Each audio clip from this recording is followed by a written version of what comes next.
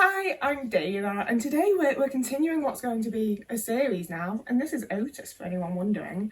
So we're going to talk about what I watched in February. This is going to be a new thing because for anyone new, my special interest is basically watching stuff. I love watching things. So I watch quite a lot of things and I enjoy it a lot. And I did initially try to do a yearly one, but it was just too long and it was too much. And you're going to see why, so we're going to get into it.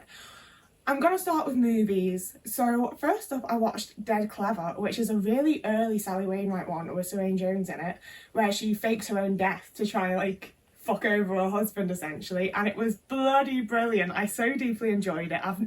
I'm yet to watch anything from Sally Wainwright that I haven't deeply enjoyed. Everything she does is fantastic, and Dead Clever was no different. And I love the Britishism of it, you know? I can't imagine an American calling someone dead clever or being like, oh, I'm dead clever, mate, or, you know? It just feels a whole certain way. I loved it. I deeply enjoyed it. Then I watched Ali and Ava, and I didn't think I was going to enjoy this that much. It was just that it was Claire Rushbrook, and it was set in Yorkshire, and I was like, go on. I love an older woman in a thing set in Yorkshire. But I actually really deeply enjoyed it. It had a fucking brilliant soundtrack. Some of the songs off the soundtrack went straight onto my playlist. It's about a woman that's a grandmother and just a bit, you know how women become forgotten and lonely once they get older because women's worth is somewhat seen in being youthful for some reason. She's basically in that kind of situation, and then she has someone come along that just sees her as a person and treats her as a person, and it's really quite lovely. Then I went to a mystery screening at the cinema, which I absolutely love doing, and it was bloody brilliant because they ended up playing Send Help, which is not a movie I would have gone to see otherwise, I won't lie to you. Reading the description of it, I thought it sounded a bit shit, and honestly, they have not done the film justice in the little description that they give for it. It's got such a fun vibe. It feels very Jawbreaker-esque. It felt very girl power, it felt very feminist. I really deeply enjoyed it. Rachel McAdams from Mean Girls, I know as Regina George, is this sort of awkward, mousy, not very she's really fucking good at her job, but no one can tell because she doesn't look as put together as the rest of them, so she's just overlooked even though she's by far the smartest fucking person there. And then her and her boss end up stranded on a desert island, and she nails it. She fucking nails it, and it becomes this really tense sort of Yellow Jackets type thing. It was absolutely brilliant, and it really annoyed me because I said, I would not have seen it if it hadn't been that if it wasn't a mystery cinema screening or I didn't know what I was gonna go and see, you know, reading the description I wouldn't have bothered. And it's so different than how they describe it, and it's so much more girl power and so much more fun, and it is also quite gory. I really enjoyed that aspect personally. I know it's not for everyone. I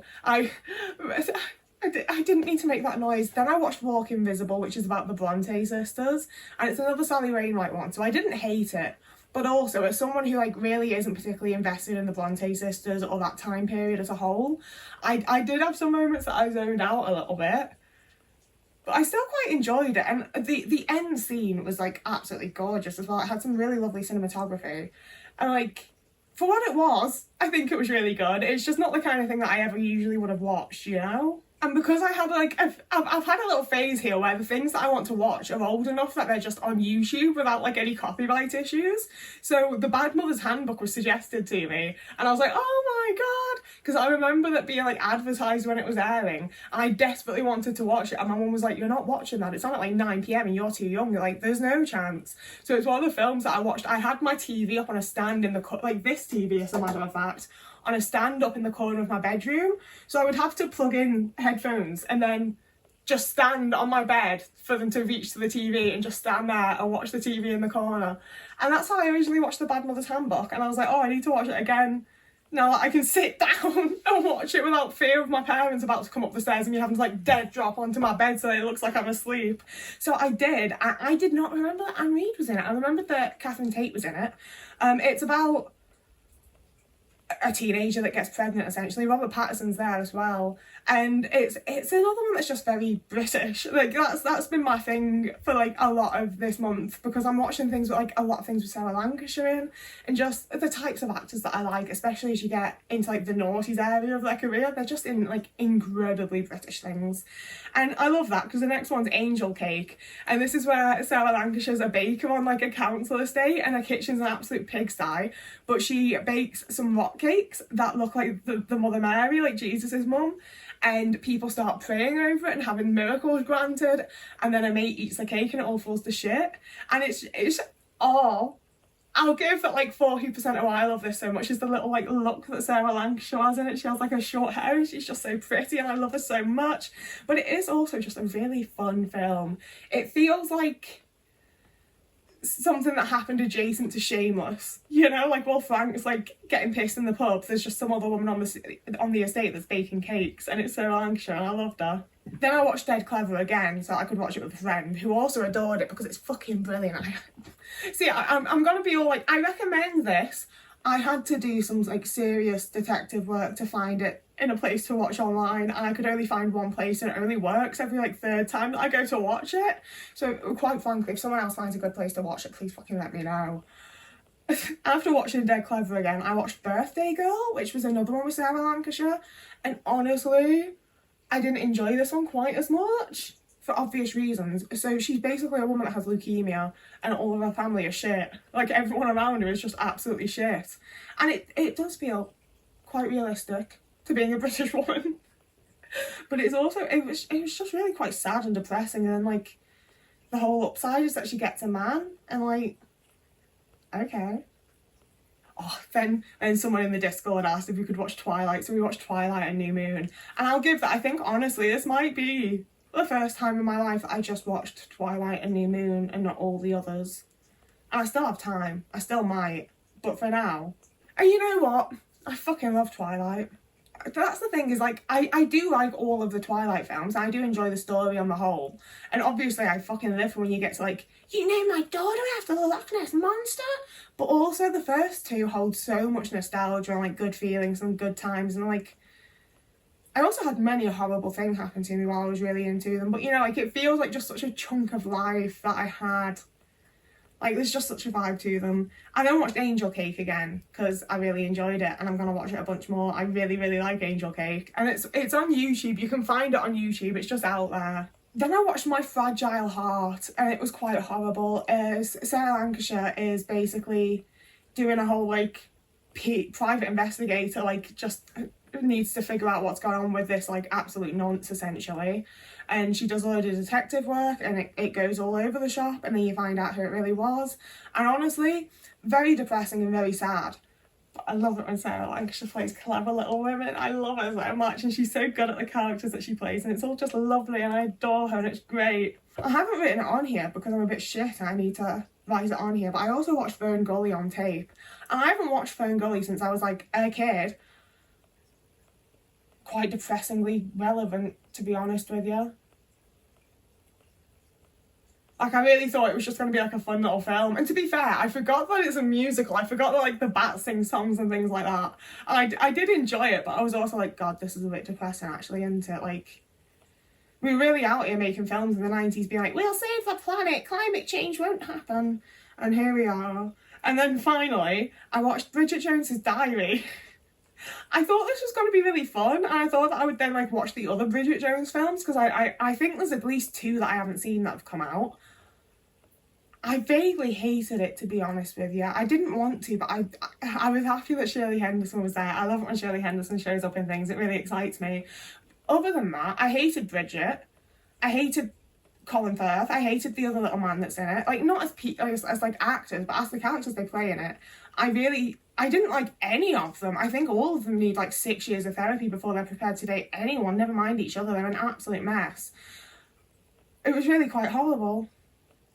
Also, watching Renee Zellweger be like, I need to lose 40 pounds when she's like absolutely fucking perfect. That's the thing with a lot of stuff from the noughties. I think it's going to be like a fun little romp of like re-experiencing the world I grew up in, and then it's just women being like, I hate my body, I hate myself, I need a man. And I'm like, oh yeah, that's kind of like how it was, wasn't it? Like, wasn't really that nice a time. Now, for TV shows, I've done so well on my TV shows this month. My shows have been great. So I first watched The Amazing Mrs. Pritchard, which is another Sally Wainwright one.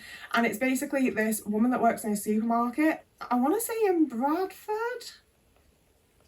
In Lee? It's somewhere in Yorkshire. She's from Yorkshire. Her mates are all from Yorkshire. She works in a supermarket and she pretty much accidentally becomes Prime Minister and then is really fucking good at it because of course she is. See, this is the thing of like, it's from back in the day. So it's when we were all like, we know Margaret Thatcher didn't do a very good job, but also maybe a woman would be a really good Prime Minister because we do keep having men. And obviously in the modern world where I've had fucking Truss and May, it doesn't feel quite the same.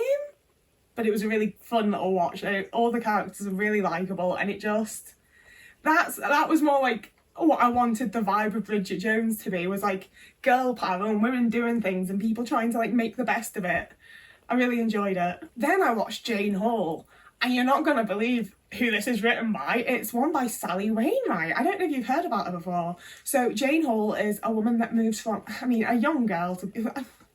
A young woman, okay. She's not quite a girl, not quite a woman in that song. But anyway, she moves from Huddersfield, up, to London and becomes a bus driver. And all sorts of mad little things happen. And it also had Robert Glenister in it. And it also had... Who was in it? There were so many people that excited me at the time. Stephen Mulligan, is that his name? I only know who he is because he was Nicola Walker's husband in Split. There's people I recognise in it. I enjoyed it very much. Then I watched Bonkers. I fucking loved Bonkers. This is another one that's just on YouTube if you want to go and find it. It's another one that's written by Sally Wainwright as well. And this woman's having like her life breakdown, everything's sort of falling to shit. And then her favourite actor, who I think the thing is that he played Mr. Darcy. I didn't pay that much attention to that part. I don't remember very much. But the actor was the guy that was in Torchwood. But anyway, her favourite actor ends up in a coma and all of a sudden he's in her house and no one else can see him. It's just her. It's like a whole Drop Dead Fred fucking like Ashes to Ashes crossover thing. Like, I mean, I guess it's more of a Life on Mars crossover because he's in a coma, but I don't like Life on Mars. I only like Ashes to Ashes. So that's what we're going with. And it is bonkers. It is mad. And it's bloody brilliant. I'm gonna watch this like 7 more times. I absolutely adored it. It's so fun. It's so silly. It's so like Drop Dead Fred vibe. I just adored it. I can't tell you how much I loved it.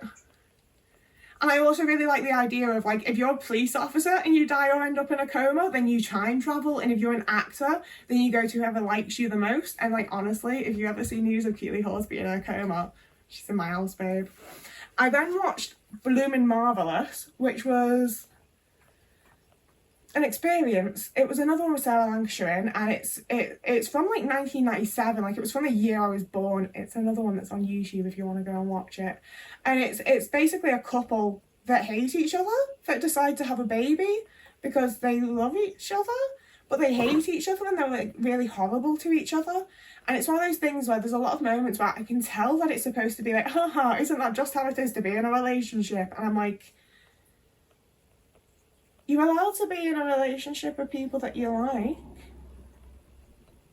But maybe that's just 30 years of feminism doing that for me, maybe. I don't know. I really wanted to like it because Sarah Lancashire looked great in it. I loved so many of her little outfits. But the man in it was just horrible. And he annoyed me massively. Every time he spoke, I was like, why is he doing that? And like, to carry on my Sarah Lancashire thing, I then watched All the Small Things. I don't know how I feel about this. I don't know how I feel about it. So Sarah Lancashire and her husband are like running a choir, but then he cheats on her because men are the worst. And then she like kind of almost ends up with, I can't remember his name. It's Brian Dix, I think. I want to call him Adam Dix, but I think that's just because he played Adam in Torchwood. And he was also in that little short film with Louise Brealey, and he's also in that one episode of Ashes to Ashes. So I did quite enjoy getting to see someone from Ashes to Ashes being something with Sarah Lancashire. But it also had... Oh no, I don't know his name. The guy that... Jack the Rimmer from Riot Women was Sarah Lancashire's like autistic-ass son that was obsessed with Tom DeLonge. Tom DeLonge? I don't... The guy from fucking Blink-182, All the Small Things, that's why it's called that. You'd think I'd really enjoy a BBC show that has a song in it, but I didn't really really enjoy this one. Sorry, Otis is like struggling to get around the curtain and it's really funny. Was that hard, baby? A difficult time for the little man. I liked getting to hear Sarah Lancashire sing. I like that she's like really multi-talented and really good at everything that she does. And obviously, like, having watched the things that I'd watched, I then really needed to watch Happy Valley. You should have heard me talk about Happy Valley. I have like the thing up on my wall there, you can see it. Happy Valley is my second favourite cop show of all time. It's the only show that's like, it's directly after Ashes to Ashes for me, because it's just perfect, it's just flawless. I absolutely adore it. And I'm also really excited for Dr. Foster doing the similar thing of coming back like years later for the third season. That's going to be fucking great. I need to rewatch Dr. Foster, but I haven't yet. We're talking about Happy Valley. For anyone that doesn't know, it's a cop show where Catherine Kay was just like bopping around being a cop and going after Tommy Lee. It's fucking great. It's brilliant. I adore it. And to follow on from that, and because it's written by Sally Wainwright, I was like, oh, it's finally time for my Scott and Bailey rewatch. Mostly because I love everyone that's in Scott and Bailey, but I especially adore Amelia Bullmore, and I especially adore Nicola Walker, and I especially adore Leslie Sharp. And Leslie Sharp isn't like she's very much got her fingers in the pies of the things that I like, but she's also not like Amelia Bullmore is in like 99% of the things I like. Sarah Lancashire is in like the vast majority of things that I like. I don't feel like I get to see Leslie Sharp very often, so when I go and rewatch the things like Clocking Off and Scott and Bailey, it makes me so happy to see her again. I think she's one of the best actors of our time. I think she's fantastic, and Scott and Bailey always hits for me, but also they had to like, I don't know what fucking went on with it, and honestly I'm kind of convinced that Sally Wainwright wanted to make it gay for us, and like BBC was like, no. So it does have a bit of a mid-ending, but the rest of the show is fucking great. Then I just didn't know what to watch. I needed like a little break because I'd like really like steamed through things. So I watched Crossfire because I was like, it's 3 episodes. I've got Keeley Hawes getting shot at.